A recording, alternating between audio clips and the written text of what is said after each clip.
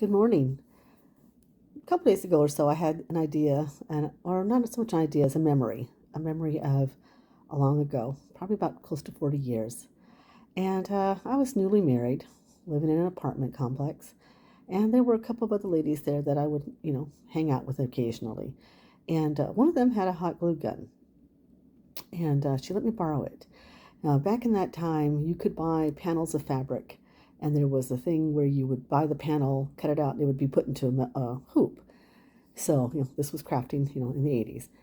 Um, and I remember I had these panels and I had the hoops, and she let me use the hot glue gun. And I can remember sitting on the floor of my living room, and this just goes to show you how long ago it was. I could actually sit on the floor and get up. Anyway, I remember being down there and gluing around the hoop. And I mean, it was about as simple can get, okay? It was a piece of fabric that was already printed, being glued into a wooden hoop.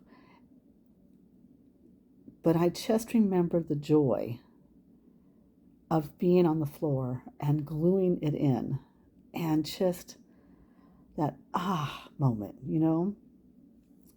And it made me think of how I've grown as a crafter. I still use a glue gun, but I use it for different things. Um, but what I want to remember and what I want to express and what I hope I pass on is don't forget that joy.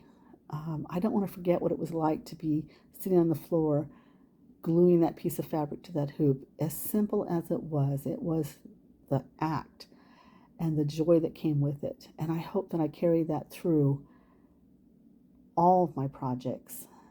And I would encourage you to find the joy in yours and to remember a time when maybe you did something that was so incredibly simple that you look back and you're like, I can't believe I did that. But remember how it felt to do it and carry that through. As always, I encourage you to live your life creatively, and I hope you have a good day and take care.